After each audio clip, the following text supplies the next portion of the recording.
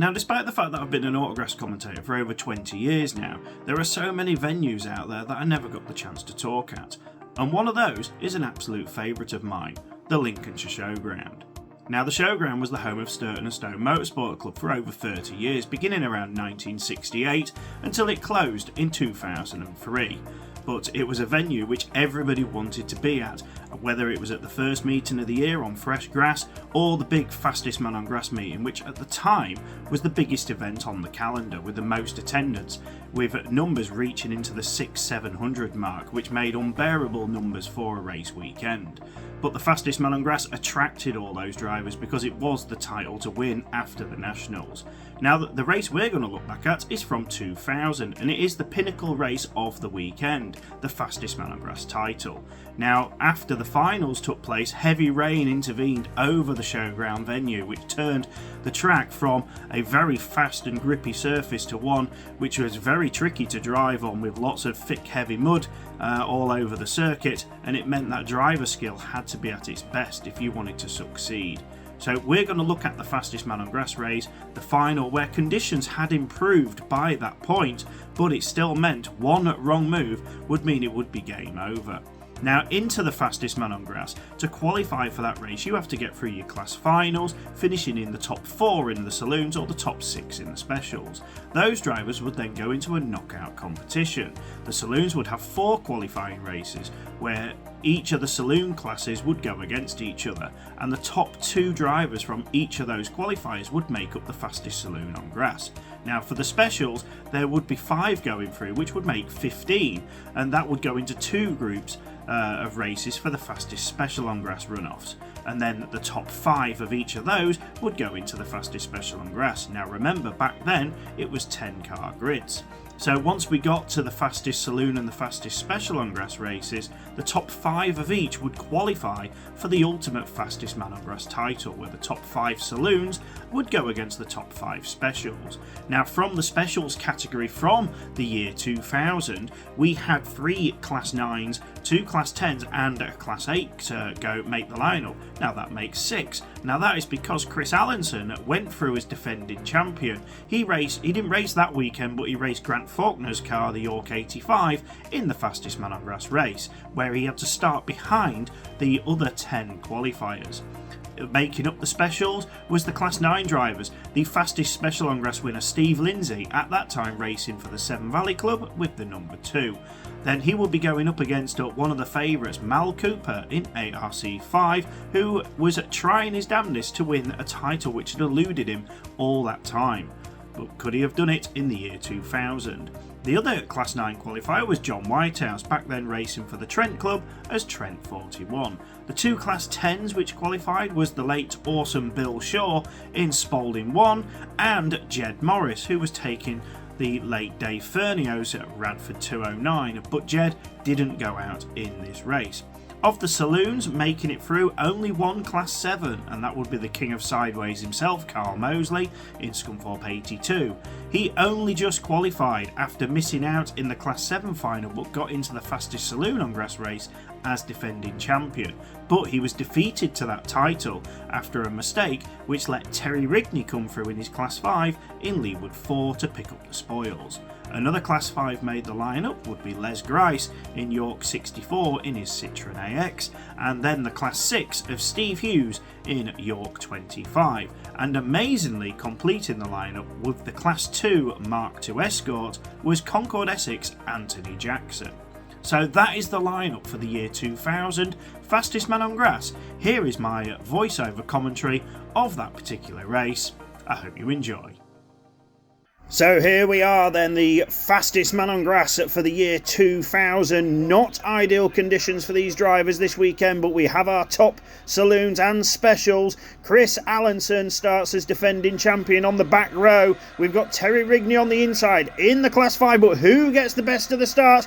Carl Mosley's quick away in 82, but it's Mal Cooper on his outside in the Class 9. He leads Bill Shaw then with a Chevy up the inside, and Mosley goes into second place ahead of the chasing specials into the pits. Then we go, oh, Mosley front end airborne then as he climbs up the back of Bill Shaw, but that lets Mal Cooper just get in front. Shaw right behind him then in the Spalding 1. It's the Class 9 leading the Class 10. Into third goes Steve Lindsay ahead of Allinson and John Whitehouse. Then it's the Saloons as Mosley drops down the order. He's dropped behind Steve Hughes, Class 6 in York 25, but ahead of the rest. But it's the Class 9 getting away. The Specials are pulling clear. It's Cooper just understeering there. Shaw better through that turn. Turn 1 and 2 looking a bit drier now. Spalding 1, can he get the power down? Latches onto the back of ARC5, who is your race leader going into the start gate turn once more. You don't want to go wide, it's wet out there. Steve Lindsay then getting a face full of dirt from the back of Spalding 1. He's there in Seven Valley 2. Cooper goes wide. Shaw looks up the inside, but no way through. A battle further back with Whitehouse and Allinson. Then in Trent 41 and York 85 further back. Then it's the Saloons, but we focus on the battles towards the front. Cooper's starting to get away. Shaw now under pressure from Lindsay in Seven Valley 2, looking up the inside, goes through to second. Shaw makes the cutback. Spalding 1 reclaims that second position for now, but he's under pressure, and all this squabbling is letting the race leader get away. Closing on the back markers now, Anthony Jackson, who's done fantastic in his Class 2 escort. He's going to go a lap down as Whitehouse then under a bit of a challenge from Allinson into turn 1 and 2. There you go, down that back straight once more. Best of the Saloons remains Steve Hughes. We've lost Carl Mosley onto the infield as Cooper puts a lap then on Anthony Jackson, puts the Class 2 1 lap down. Next on his hit list is Les Grice in York 64, who's struggling a little bit in the Class 5 Citroen AX. Bill Shaw still fending off Steve Lindsay as they make their way towards the traffic, but Cooper it is, looking clean and tidy and clear as Jackson goes into the deep stuff, lets the Specials through. They resume their battle as Allinson looks to attack Whitehouse once again as coming through. Then here we see Steve Hughes, Class 6. We've just got going wide there into the deep stuff. I think it was Terry Rigney and Leewood 4, but there is Les Grice, and Cooper looks to the outside. Oh, he's got it sideways and into the deep mud he goes, and he's thrown it out. Can he get back online in time? Steve Lindsay comes through in Seven Valley 2. We've lost Bill Shaw. Oh, there's John Whitehouse parked up, also in problems.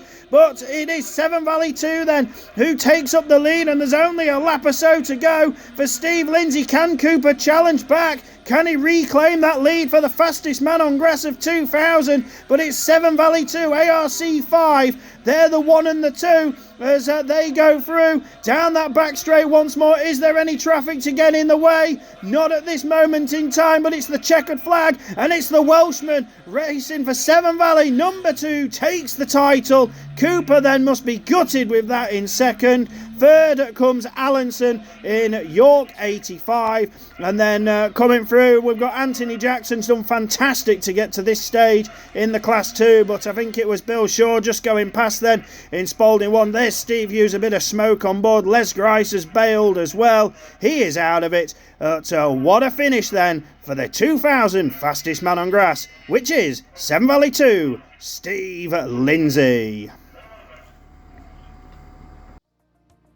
So there we have it, my voiceover coverage of the 2000 Fastest Man on Grass final, held at the legendary and much missed at Lincoln Showground, a venue which I really wanted to have been able to commentate at, but I only started in 2003, which is when the venue last hosted autograss racing. Now the race itself, which we've covered, may not have been the most exciting or had the most action, but there was a little bit at the start, with Carl Mosley as always getting involved, and then the dramatic finish which saw Mal Cooper let the race win slip away from him by one crucial mistake when he tried to put a lap on Les Grice's Class 5, and the conditions just caught him out as he got dragged into the deep stuff, and that cost him, letting Steve Lindsay come through to take the win. Mal Cooper would never win the Fastest Man on Grass title. It is the only title which has eluded him in his pretty illustrious career, which spanned over 40 years. But Steve Lindsay would come through to take the win, and he would come back in 2001 to defend his title, and one of the few times where he has become a multiple Fastest Man on Grass winner and also a back-to-back winner, which hasn't happened too many times. But back then he was racing for Seven Valley. He would also also race for North Shropshire and his more local PhD club, which he still races for today. So let me know what you think to the video in the comments. Please like, share and subscribe to the GrassChat YouTube channel, and also follow and like us on Facebook. All of your support is very appreciated, and I wouldn't continue to do it without your support, so please go ahead and do that. But in the meantime, let me know in the comments if there are any other races that you would like me to cover with a bit of voiceover commentary. But for now, we will let you go, and we'll see you again. Bye bye for now.